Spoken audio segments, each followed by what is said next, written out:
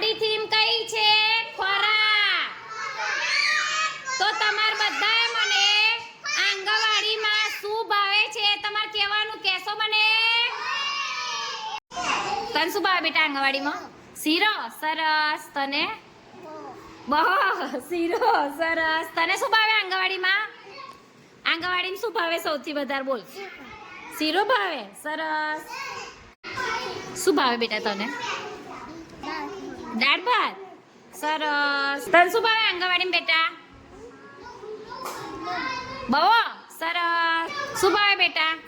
ચણા. સરસ. અહીંયા બેટા તને શું ભાવે?